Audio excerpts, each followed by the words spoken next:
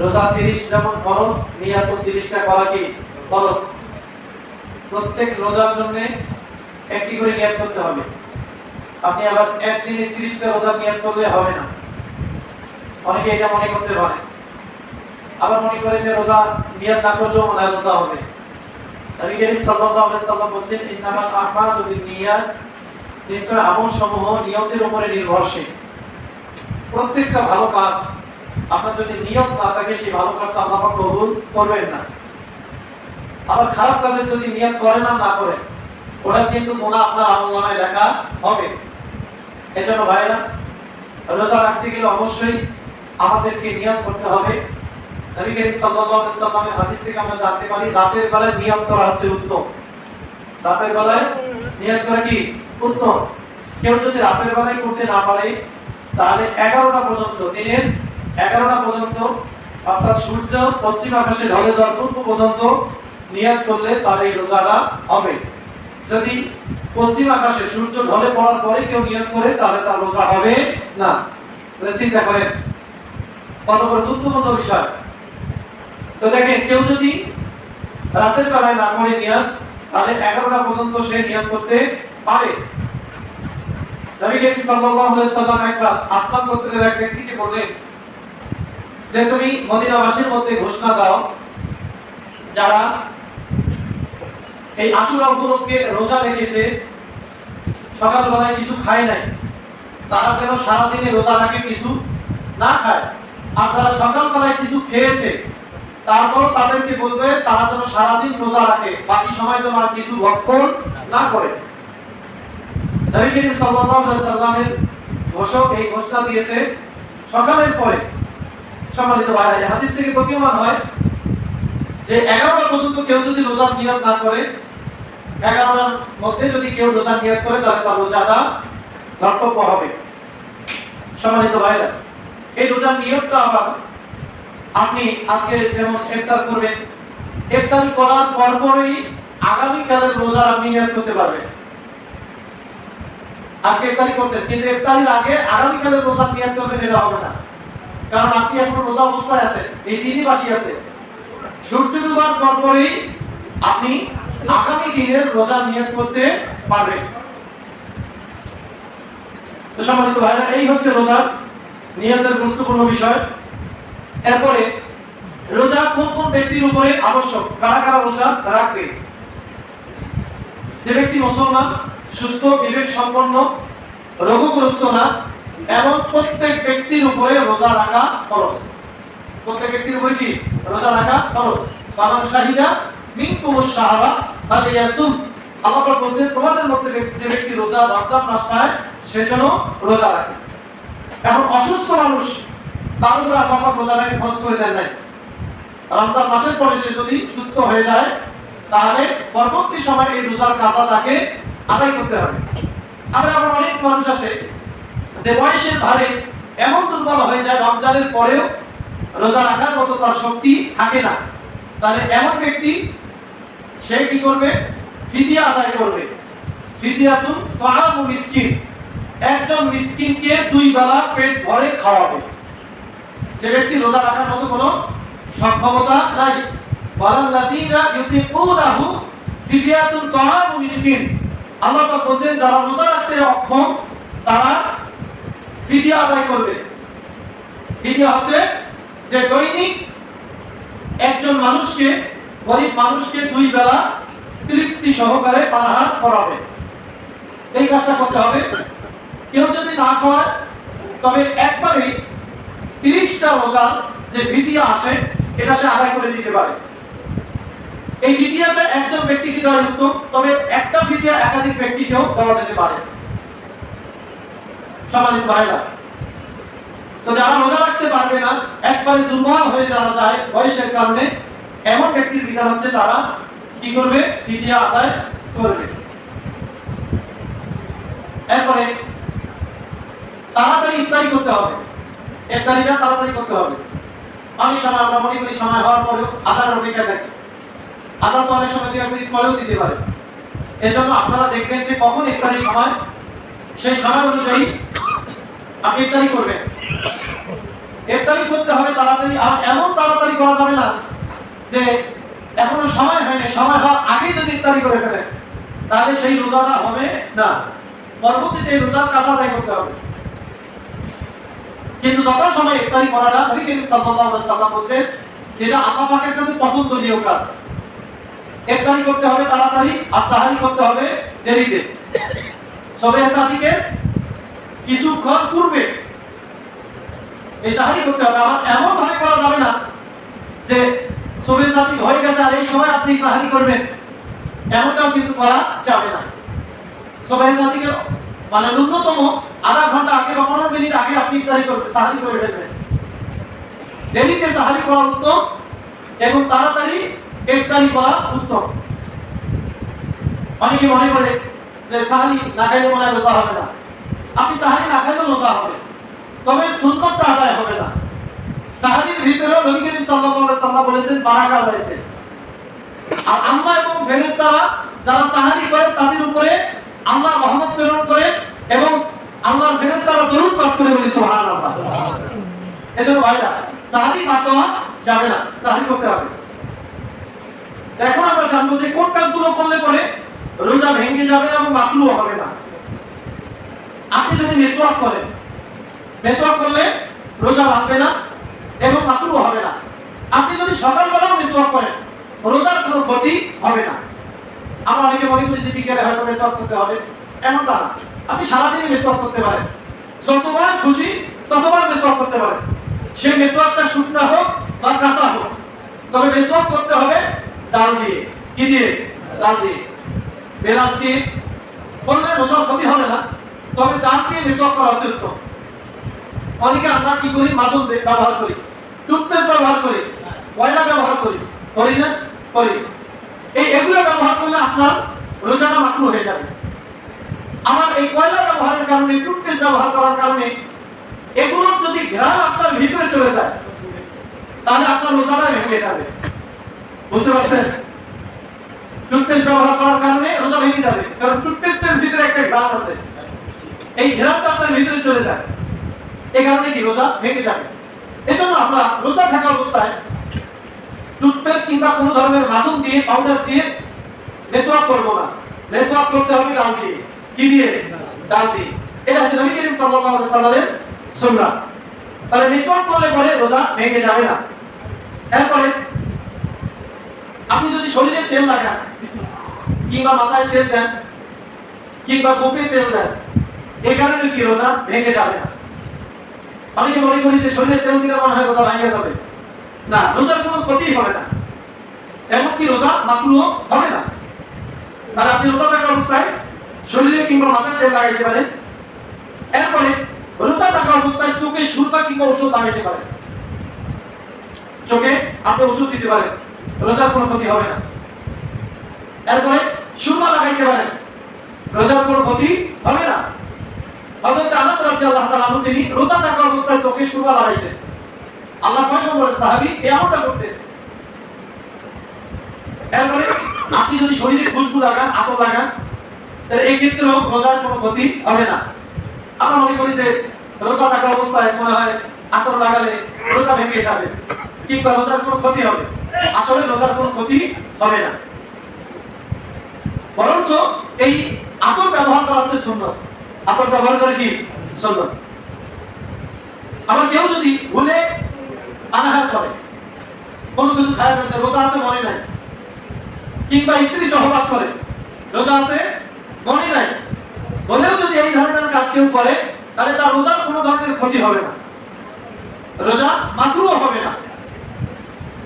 আপনি ভুলে কেউ কিছু খেয়ে ফেলছেন কিংবা স্ত্রীর সাথে সহবাস করছেন, রোজা আপনার ভেঙে যাবে না।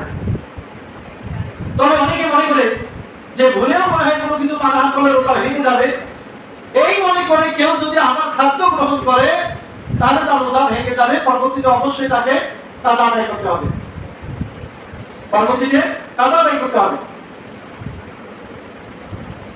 এরপরে অনেকে গরমের কারণে কেউ যদি বেশি বেশি গোসল করে কিংবা বেশি বেশি কুলি করে, এই ক্ষেত্রেও রোজার কোনো ক্ষতি হবে না।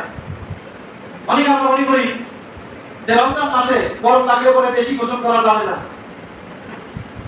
বেশি গোসল করলে আপনার রোজার কোনো ক্ষতি হবে না, বেশি বেশি কুলি করলেও কোনো ক্ষতি হবে না। এরপরে অনিচ্ছায় গলায় কোনো ধোয়া চলে গেলে, ধুলাবালি চলে গেলে কিংবা মাছি প্রবেশ করলে অনিচ্ছায়, এক্ষেত্রে আপনার রোজার কোনো ক্ষতি হবে না কিংবা রোজা ভেঙে যাবে না। এরপরে আমরা গোসল করার সময় অনেক সময় আমাদের কানে পানি ঢুকে যায়, কানে পানি ঢুকে যায়, এক্ষেত্রেও রোজা ভেঙে যাবে না। তবে ভাইরা এক্ষেত্রে আমাদের কি সাবধান থাকতে হবে।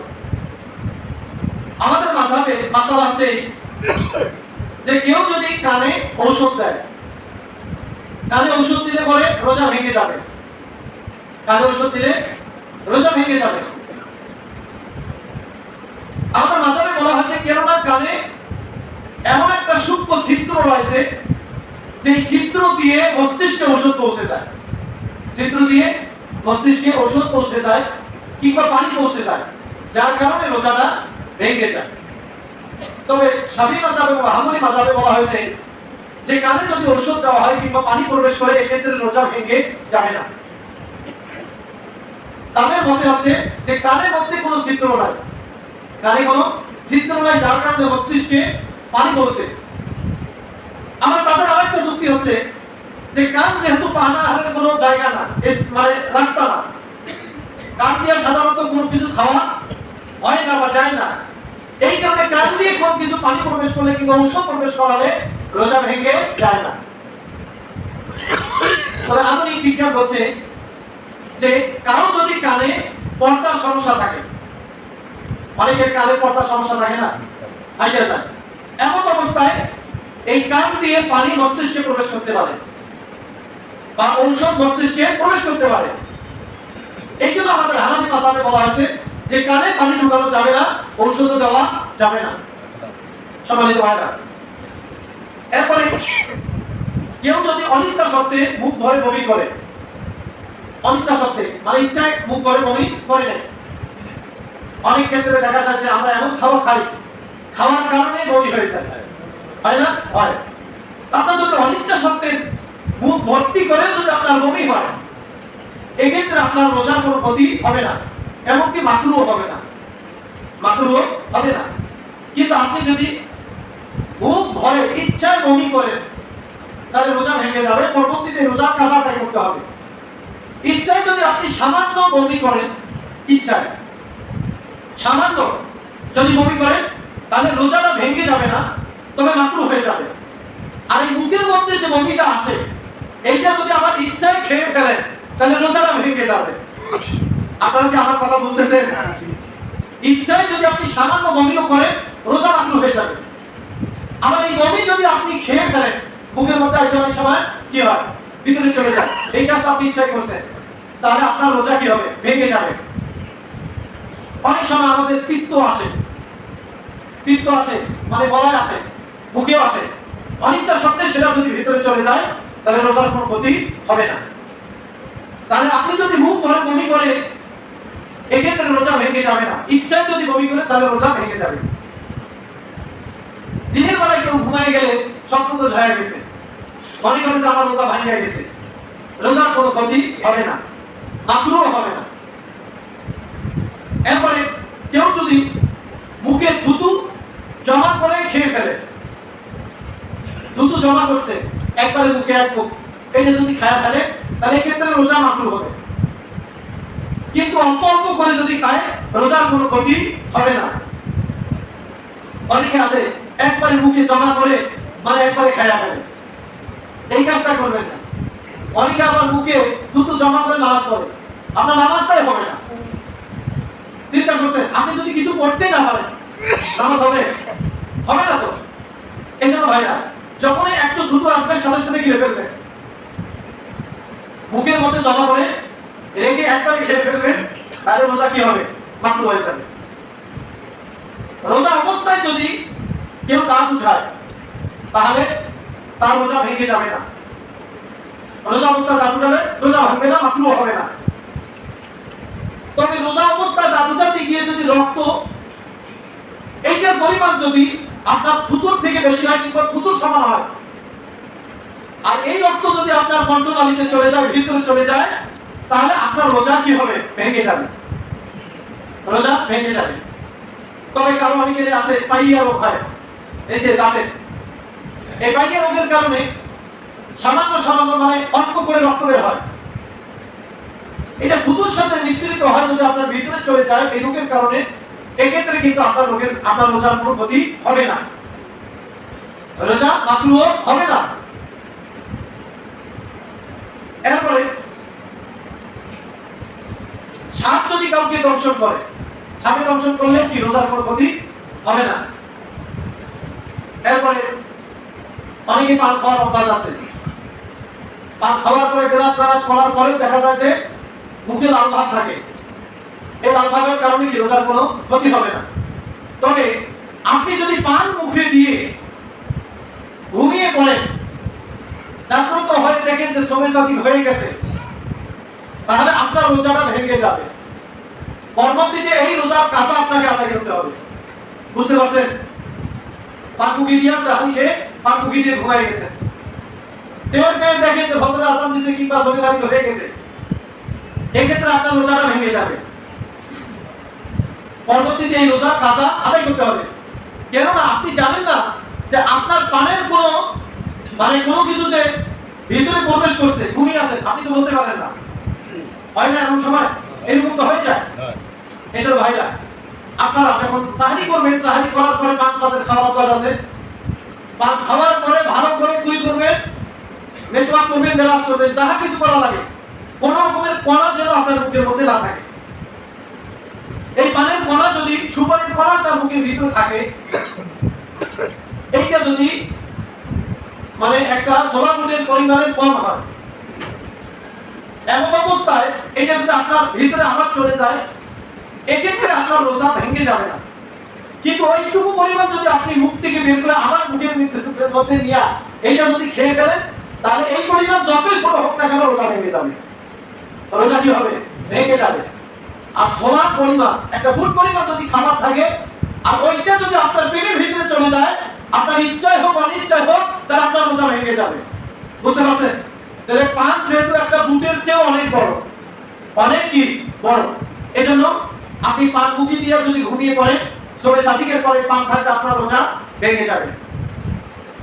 এরপরে অনেকে কুনজর দেওয়ার কারণে যদি কারো বীর্যপাত ঘটে যায়, এক্ষেত্রে কি রোজা ভেঙে যাবে না। কুনজর দেওয়ার কারণে অনেক সময় অনেক সিনেমা দেখে, বাজে জিনিস দেখে, এই ক্ষেত্রে কারো যদি বীর্যপাত ঘটে যায়, তাহলে রোজা ভেঙে যাবে না। তবে আপনার চোখের যে রোজা, এটা নষ্ট হয়ে যাবে, রোজাটা হালকা হয়ে যাবে, রোজার যে মর্যাদা, রোজার যে সব, এটা আপনি কম পাবেন, বুঝতে পারছেন?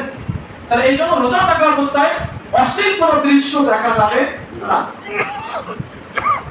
এরপরে ইনজেকশনের মাধ্যমে কেউ যদি রক্ত দেয়, রক্ত নেয়, ইনজেকশনের মাধ্যমে নেয় না, পরীক্ষা নিরীক্ষা করার জন্য, তাহলে এক্ষেত্রে রোজার কোনো ক্ষতি হবে না। আপনি রোজা থাকা অবস্থায় কাউকে রক্ত দিতে পারবেন, আবার রক্ত নিতেও পারবেন, রোজার কোনো ক্ষতি হবে না। তবে রক্ত দিতে গিয়ে যদি অত্যন্ত দুর্বল হয়ে পড়ে, রক্ত দিতে পরে দুর্বল হয়ে যান, তাহলে এক্ষেত্রে আপনার রোজাটা মাকরুহ হয়ে যাবে, রোজা ভেঙে যাবে না। এজন্য আমরা যতটুকু পারি, যদি জরুরি না হয়, রোজা থাকা অবস্থায় কাউকে রক্ত দেওয়া থেকে বিরত থাকতে হবে, সম্মানিত ভাইরা। তো এই কাজগুলো যদি কেউ করে, তাহলে রোজা কি হবে না? ভেঙে যাবে না। এরপরে কোন কাজগুলো করলে পরে রোজা মাকরুহ হবে? আপনি বিনা প্রয়োজনে কোনো কিছু যদি চাপান, বিনা প্রয়োজনে, তাহলে রোজা মাকরুহ হবে। অনেক সময় মহিলারা লবণ চাকে তরকারি, এক্ষেত্রে কি হবে? রোজা মাকরুহ হয়ে যাবে। যদি স্বামী একবার বাচ্চা ধর, লবণ বেশি হলে পরে স্বামী মারবে বা কটু কথা বলবে, এক্ষেত্রে মহিলারা তারা লবণ চেখে দেখতে পারে, এক্ষেত্রে রোজার কোনো ক্ষতি হবে না। এরপরে কারো গোসল ফরজ হয়ে গেছে, কিন্তু হুদায় গোসল ফরজ হয়েছে, তারপর গোসল করতেছে না, এইভাবে সারাদিন সে কেটে দেয়, তাহলে তার রোজাটা মাকরুহ হয়ে যাবে, রোজা কি হবে? মাকরুহ হয়ে যাবে। এজন্য বিনা প্রয়োজনে নাপাক অবস্থায় থাকা যাবে না। এরপরে গীবত, চগলখড়ি, এগুলো করলে রোজা মাকরুহ হয়ে যায়। অনেকে রোজা কাটার সময় পায় না, কয়েকজনে মিলে এককালে বসে আগুন মিটিং বসায়, আছে না? আছে। বিশেষ করে গ্রাম অঞ্চলে এই আধারে বসে তারা মানে কোথায় কে কি করেছে নাই করে এইগুলোর কি শেখায় করতে থাকে, আছে না? এরকম মানুষ আছে তো? আছে। এই রোজা থাকা অবস্থায় কেউ যদি গীবত শিকায়ত করে তাহলে তার রোজাটা কি হবে? মাকরুহ হয়ে যাবে। এজন্য ভাইরা, রোজা থাকা অবস্থায় কোনো গীবত শিকায়ত করা যাবে না, অনর্থক কথা বলা যাবে না, মিথ্যা কথা বলা যাবে না।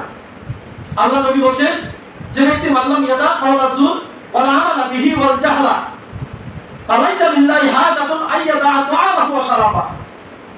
আপনি যদি মিথ্যা কথা ছাড়তে না পারেন, গীবত শিকায়ত ছাড়তে না পারেন, আল্লাহ নবী বলছে যে ওই ব্যক্তির রোজার 4 মূল্য আল্লাহর কাছে নাই। নাউজুবিল্লাহ বলেন।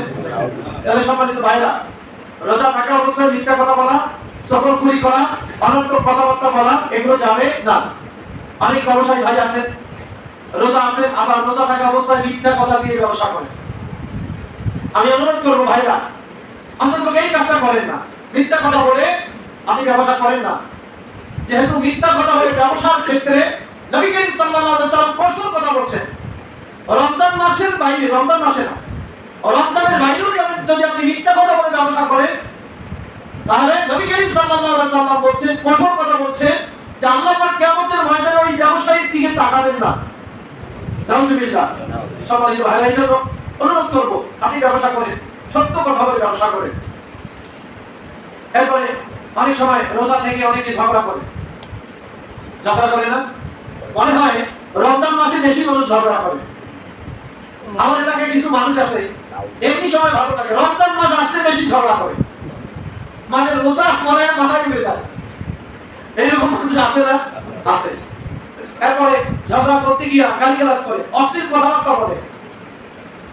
কেউ যদি রোজা থাকা অবস্থায় অশ্লীল কথাবার্তা বলে বা কিংবা কাউকে গালিগালাজ করে, ঝগড়া ঝাঁটি করে, তাহলে তার রোজা মাকরুহ হয়ে যাবে। রোজা কি হবে? মাকরুহ হবে। সম্মানিত ভাইরা, এরপরে কেউ যদি স্ত্রীকে আলিঙ্গন করে কিংবা চুম্বন করে, কিন্তু তার আশঙ্কা আছে যে আলিঙ্গন করতে গিয়া মানে তার হেলপার করার আশঙ্কা আছে বা চুম্বন করতে গিয়ে, তাহলে এমন অবস্থায় স্ত্রীকে চুম্বন করা কিংবা আলিঙ্গন করা হচ্ছে মাকরুহ। আপনার আশঙ্কা আছে যদি আপনি আলিঙ্গন করতে গিয়ে স্ত্রী সহবাস করে ফেলতে পারেন, তাহলে এমন অবস্থায় কি স্ত্রীর সাথে আলিঙ্গন করা যাবে না, চুম্বন দেওয়া যাবে না। তবে এই যে এগুলো কথা বলতেও তো লজ্জা লাগে অনেক সময়, মানে স্ত্রীর ঠোঁটে যদি আপনি ঠোঁট লাগান রোজা থাকা অবস্থায়, এটা সর্বদাই মাকরুহ। আপনার স্ত্রীর সাথে সহবাস করার আশঙ্কা থাকুক আর না থাকুক, আপনি যদি স্ত্রীর ঠোঁটে ঠোঁট লাগান তাহলে রোজা কি হবে? মাকরুহ হয়ে যাবে। এরপরে মুখে চিবিয়ে শিশুকে কোনো কিছু খাবার দেওয়া, এটাও মাকরুহ হয়ে আগে বললাম। এরপরে দেখেন অনেক সময় মহিলারা লিপস্টিক ব্যবহার করে, এই লিপস্টিক ব্যবহার করা হচ্ছে রোজা থাকা অবস্থায় মাকরুহ। এই লিপস্টিকের কোনো কিছু যদি ভিতরে চলে যায় তাহলে রোজাটা ভেঙে যাবে। রোজা কি হয়ে যাবে? ভেঙে যাবে। এই জন্য রোজা থাকা অবস্থায় মহিলারা লিপস্টিক ব্যবহার করতে পারবে না। যাদের মেয়ে আছে কিংবা স্ত্রী আছে, এই মাসালাটা তাদেরকে বলবেন। রোজা থাকা অবস্থায় কিন্তু এই কাজ তারা করে থাকে। সম্মানিত ভাইরা, এরপরে রোজার কাজা এবং কাফারা কখন আদায় করতে হবে? রোজার কাজা কাফারা, কেউ যদি রমজান মাসে রোজা থাকা অবস্থায় স্ত্রীর সাথে ইচ্ছাকৃতভাবে সহবাস করে, তাহলে এই ব্যক্তিকে রোজার কাজা এবং কাফারা দুইটাই আদায় করতে হবে। রোজার কাফারা কি? একাধারে 60টা রোজা রাখতে হবে। একাধারে কয়টা রোজা? 60টা। তাই একাধারে 60টা রোজা রাখতে গিয়ে কোনো কারণে যদি একটা রোজা ভেঙে যায়, আমার নতুন করে 60টা রোজা রাখতে হবে।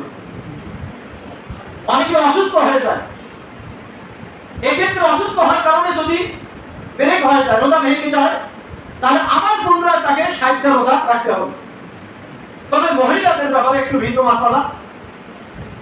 এই রোজা কাফারা রোজা রাখতে গিয়ে যদি তাদের হাইজ কিংবা লেবাস এসে যায়, এক্ষেত্রে হাইজ থেকে পবিত্র হওয়ার পরে আবার রোজা রাখা শুরু করবে। ওই যে আগের যে রোজা রাখছে যেগুলো, আবার পুনরায় নতুন করে প্রথম থেকে রোজা রাখা দরকার হবে না। মাঝখানে যে কয়টা রোজা তাদের বাদ যায় সেটা বাদ যাবে, এবং আমার ওই যে প্রথম থেকে যে রোজাগুলো রাখছে এই রোজাগুলো আমার হিসাবের মধ্যে ধর্তব্য হবে। আমার নতুন করে প্রথম থেকে রোজা 60টা রাখা দরকার পড়বে না। সম্মানিত ভাইরা, তাহলে রোজার কাফারা, এক নম্বর কাফারা আছে কি 60টা রোজা রাখবে। এখন 60টা রোজা রাখতে যদি কেউ অক্ষম হয় তাহলে সে 60 জন মিসকিনকে, গরিবকে 2 বেলা পেট পরিপূর্ণ করে খাদ্য পাবে। চিন্তা করছেন, একটা রোজা যদি আপনি ইচ্ছা ভেঙে ফেলেন তাহলে 60টা রোজা, আমার এই 60টা রোজা দিতে যদি আপনি অক্ষম হন, এক্ষেত্রে বড় মাসালা হচ্ছে 60 জন ব্যক্তিকে খাদ্য খাওয়াতে হবে। এক্ষেত্রেও যদি আপনি অক্ষম হন তাহলে একজন গোলামকে আজাদ করে দিতে হবে। সম্মানিত ভাই, একটু চিন্তা করেন তো, আপনি ইচ্ছায় যদি একটা রোজা ভেঙে ফেলেন আপনার শাস্তি হচ্ছে এই পরিমাণ, তাহলে রোজাটা কত বড় একটা আল্লাহ পাকের বিধান। চিন্তা করছেন, আপনি যদি 1 ওয়াক্ত নামাজ ইচ্ছায় ছেড়ে দেন, এই কারণে আপনাকে যে 60 ওয়াক্ত নামাজ পড়তে হবে এমন কথা। কিন্তু রোজা যদি আপনি ইচ্ছায় ভেঙে ফেলেন তাহলে আপনাকে 60টা রোজা রাখতে হবে। এরপরে স্ত্রী সহবাস কেউ যদি ইচ্ছা করে তাহলে রোজার কাজা কাফারা আদায় করতে হবে, 61টা রোজা রাখতে হবে। কাজার একটা আর কাফারার কয়টা? 60টা। সম্মানিত ভাইরা, এরপরে কেউ যদি ইচ্ছায় পানাহার করে দিনের বেলায় ইচ্ছায় পানাহার করে তাহলে এক্ষেত্রেও তাকে কাজা এবং কাফারা আদায় করতে হবে। অনেকে অভ্যাস আছে বিড়ি খাওয়া, আছে না? কেউ যদি ইচ্ছায় বিড়ি খায়, হুক্কা সেবন করে, সিগারেট সেবন করে, তাহলে এক্ষেত্রেও এই মাসালা হচ্ছে যে তাকে ওই রোজার কাজা এবং কাফারা আদায় করতে হবে। সম্মানিত ভাইরা, এক কথা, আপনি যদি ইচ্ছায়, আপনি রোজা নিয়ত করার পরে রোজা আছেন আপনি, কিন্তু ইচ্ছায় আপনি যদি পানাহার করেন কিংবা স্ত্রী সহবাস করেন তাহলে এই কাফারা আপনাকে আদায় করতে হবে। এরপরে এই রোজার কিছু আধুনিক মাসালা আছে। রোজা থাকা অবস্থায় যদি কেউ অক্সিজেন গ্রহণ করে, শ্বাসকষ্ট যাদের, অনেক সময় অক্সিজেন গ্রহণ করতে হয়, তাহলে অক্সিজেন গ্রহণ করলে রোজার কোনো ক্ষতি হবে না। তবে অক্সিজেনের সাথে যদি কোনো ঔষধ দেওয়া হয় এক্ষেত্রে রোজা ভেঙে যাবে, এক্ষেত্রে রোজা ভেঙে যাবে। আবার অনেকে নেবুলাইজার গ্রহণ করে, নেবুলাইজ করা হয় শ্বাসকষ্টের কারণে, এই নেবুলাইজ গ্রহণ করলে রোজা ভেঙে যাবে, কারণ ওইখানে একটা ওষুধ দেওয়া হয়, এই ওষুধটা ভিতরে চলে যায় যার কারণে রোজা ভেঙে যায়। এরপরে কারো যদি মস্তিষ্কের অপারেশন করে, মস্তিষ্কের, এক্ষেত্রেও কিন্তু রোজা ভেঙে যায় না, এক্ষেত্রেও রোজা ভেঙে যায় না। মস্তিষ্কে যদি ঔষধ দেওয়া হয় রোজা ভেঙে যায় না, কিন্তু আমাদের মাযহাব অনুযায়ী রোজা ভেঙে যাবে। আমাদের মাযহাব অনুযায়ী কি হবে? রোজা ভেঙে যাবে। এরপরে কেউ যদি মন্ত্র দিয়ে কোনো ওষুধ প্রবেশ করায় তাহলে রোজা ভেঙে যাবে। এজন্য ভাইরা, শৌচকার্য করার সময় খুব খেয়াল রাখতে হবে পানি যেন ভিতরে প্রবেশ না করে। পানি যদি ভিতরে প্রবেশ করে রোজা ভেঙে যাবে। এজন্য খুব সাবধানে এই শৌচকার্য করতে হবে। আমার অনেকে ক্যাথারাল লাগায়, পেশাবের দরজায় ক্যাথারাল যদি লাগানো হয় এক্ষেত্রে রোজার কোনো ক্ষতি হবে না, রোজা ভেঙে যাবে না। কিংবা কোনো যন্ত্র যদি পেশাবের দরজা দিয়ে ঢুকানো হয় এক্ষেত্রে রোজার কোনো ক্ষতি হবে না। তবে ওই যন্ত্রটা যদি কোনো ঔষধ লাগানো থাকে তাহলে এক্ষেত্রে রোজা কি হবে? ভেঙে যাবে। এরপরে অনেক মহিলা ঔষধ খাওয়ার মাধ্যমে মাসিক বন্ধ করে। রমজান মাসে ঔষধ খাওয়ার মাধ্যমে মাসিক কেউ যদি বন্ধ করে, এটা জায়েজ আছে, এটা জায়েজ আছে, এইভাবে রোজা রাখতে পারে। মাসিকটা ঔষধের মাধ্যমে বন্ধ করে রমজান মাসে রোজা রাখতে পারে, রোজা তার হবে। তবে এই কাজটা করা অনুচিত, কারণ অনেক সময় শারীরিক ক্ষতি হওয়ার আশঙ্কা থাকে। যদি শারীরিক ক্ষতি হওয়ার আশঙ্কা থাকে তাহলে এমন অবস্থায় ঔষধ গ্রহণ করে মাসিক বন্ধ করা অনুচিত, এটা ঠিক হবে। আমার রোজা থাকা অবস্থায় অনেকের এন্ডোস্কোপি করার প্রয়োজন পড়ে। এন্ডোস্কোপিটা হচ্ছে এর মাথায় থাকে এক জাতীয় বাল্ব জাতীয় একটা জিনিস থাকে, মানে ক্যামেরা থাকে, এইটা মুখ দিয়ে ঢুকে দেওয়া হয় এবং মানে পাকস্থলী পর্যন্ত এটাকে পৌঁছানো হয়। আরেক মাথা থাকে মনিটরের সাথে, কম্পিউটারের পেটের ভিতরে পাকস্থলীতে কোনো সমস্যা আছে কিনা এটা দেখানোর জন্য পরীক্ষাটা করা হয়। তো এই পরীক্ষা যদি কেউ করে তাহলে এতে রোজার কোনো ক্ষতি হবে না, রোজা ভাঙবে না। তবে অনেক সময় দেখা যায় যে এইটার মাথায় যদি কোনো ঔষধ দেওয়া হয় কিংবা এন্ডোস্কোপির এই পাইপ দিয়ে সরু তার দিয়ে করে পানি যদি ছেটানো হয় তাহলে রোজাটা ভেঙে যাবে, রোজা কি হবে? ভেঙে যাবে। এরপরে কোলোনোস্কোপি কেউ যদি করে, কোলোনোস্কোপি করা হয় কি তুচ্ছতা দিয়ে, যদি এক্ষেত্রেও একই মাসালা, ঔষধ যদি ব্যবহার করা হয় তাহলে রোজা ভেঙে যাবে, ঔষধ ব্যবহার করা না হলে রোজা ভেঙে যাবে না। রোজা থাকা অবস্থায় কেউ যদি ইনজেকশন গ্রহণ করে কিংবা ইনসুলিন গ্রহণ করে এক্ষেত্রেও রোজা ভেঙে যাবে না। তবে হ্যাঁ, এমন ইনজেকশন যদি হয় যে ইনজেকশন দিলে পর আপনার ক্ষুধা তীব্রতা কমে দেয় কিংবা ক্ষুধা নিবারণ করে, এই ক্ষুধা নিবারণ ইনজেকশন গ্রহণ করলে রোজা ভেঙে যাবে। ইনসুলিন গ্রহণ করলে, যারা সুগারের রোগী আছে, ইনসুলিন গ্রহণ করলে রোজার কোনো ক্ষতি হবে না। আবার নাইট্রোগ্লিসারিন, এটি হচ্ছে অ্যারোসল জাতীয় একটা ঔষধ, এইটা হার্টের রোগীরা গ্রহণ করে থাকে। অনেক সময় 2-3 বার এই যে জিহ্বার নিচে দিয়ে মুখ বন্ধ করে থাকতে হয়, এই মুখ বন্ধ করে থাকতে হয়। এই নাইট্রোগ্লিসারিন গ্রহণ করার কারণে রোজার কোনো ক্ষতি হবে না, কেননা ডাক্তাররা বলছে এইটা শিরার মাধ্যমে রক্তে গিয়ে মিশে যায়, এটা পাকস্থলীতে যায় না, যার কারণে রোজার কোনো ক্ষতি হবে না। কিন্তু কেউ যদি এইটাকে মানে একবারে ডিরেক্টলি গিলে ফেলে, মানে মুখের মধ্যে রেখে গিলে ফেলে, এমনি ধরে থাকে না, তাহলে এক্ষেত্রে রোজাটা কি হবে? ভেঙে যাবে। আবার অনেকের আমাদের শ্বাসকষ্ট আছে, ইনহেলার গ্রহণ করে, ইনহেলার যদি কেউ গ্রহণ করে তাহলে তার রোজাটা কি হবে? ভেঙে যাবে। ডাক্তাররা বলছে যে ইনহেলার গ্রহণ করার সময় এই ইনহেলারের যে ঔষধটা, এইটা পাকস্থলীর যে মানে পাকস্থলীর যে রাস্তা, খাদ্যনালী, এই খাদ্যনালী দিয়ে এটা ফুসফুসে যায়। এই যে খাদ্যনালী দিয়ে যায়, যার কারণে এটা কিছু পরিমাণ খাদ্যনালীতে গিয়ে প্রবেশ করে, পাকস্থলীতে পৌঁছে যায়, যার কারণে ইনহেলার যদি কেউ গ্রহণ করে তাহলে তার রোজা ভেঙে যাবে। এজন্য ডাক্তারগণ বলছেন যে সাহারি করার পরে ইনহেলার গ্রহণ করবে। কেউ যদি সাহারি গ্রহণ করার পরে ইনহেলার গ্রহণ করে, মানে সাধারণত সারাদিন তারা ইনহেলারের প্রয়োজন পড়ে না। তবে একবারে যদি ইনহেলার গ্রহণ করার প্রয়োজন পড়েই যায়, কোনো উপায় না থাকে, এক্ষেত্রে ইনহেলার গ্রহণ করতে হবে এবং পরবর্তীতে এই রোজার কাজা আদায় করতে হবে, এটা কাফারা আদায় করা লাগবে না। অনেক সময় কিডনি রোগী যারা ডায়ালিসিস করা হয়, এই ডায়ালিসিস করার কারণে রোজার কোনো ক্ষতি হবে না, রোজা ভেঙে যাবে না। আমরা অনেক সময় দেখা যায় যে আমরা এক দেশ থেকে আরেক দেশে যাই, যাওয়ার কারণে যে আপনি বাংলাদেশে রোজা রাখছেন, যেটা অন্য দেশে যাওয়ার পরে দেখেন রোজা কম বেশি হয়ে গেছে। আর এরকম হয়, যারা প্রবাসী ভাই আছে তাদের এটা হয়। ধরেন কেউ যদি জামানে রোজা রাখে, জামানে সে 15টা রোজা রাখছে, এমন অবস্থায় সৌদি আরব গেছে, সৌদি আরবে গিয়ে সে দেখবে 17 কিংবা 18টা রোজা হয়ে গেছে, তাহলে এই ক্ষেত্রে এই ব্যক্তি রোজাটা পূর্ণ হচ্ছে না, 30টা রোজা তার পূর্ণ হচ্ছে না। এক্ষেত্রে 2টা একটা রোজা যদি তার কমতি হয়ে যায় সৌদি আরবে থাকার কারণে, তাহলে পরবর্তীতে এই 2টা কিংবা একটা রোজা তাকে আবার রাখতে হবে, 30 কিংবা 29 কিংবা 30টা রোজা তাকে পূর্ণ করতে হবে। আমার কেউ দেখা যায় যে দক্ষিণ আফ্রিকায় রোজা রাখছে, এমন অবস্থায় আছে ইন্দোনেশিয়া আসার পরে দেখে যে তার রোজা হচ্ছে 31টা কিংবা 32টা, ও দক্ষিণ আফ্রিকায় রোজা রাখছে 30টা। এমন অবস্থায় ভ্রমণ করে আছে কি ইন্দোনেশিয়া, আইসা থেকে ইন্দোনেশিয়া আরো 2-1 দিন রোজা রাখতে হবে। এই ক্ষেত্রে সে 2-1 দিন রোজা রাখবে এবং ইন্দোনেশিয়া সে এই কি করবে? ঈদ করবে। এক্ষেত্রে 2-1টা রোজা যদি তার বেশি হয় এটি দোষের কিছু না, কিন্তু রোজা যদি কম হয়ে যায় তাহলে পরবর্তীতে তাকে আরো 2টা কিংবা একটা রোজা, যে কয়টা রোজা কম হবে 28টা হলে একটা রোজা কিংবা 2টা রোজা রাখতে হবে। সম্মানিত ভাইরা, এই হচ্ছে রোজা কিছু গুরুত্বপূর্ণ মাসাইল, আরো মাসাইল আছে, সবাই যেহেতু নাই।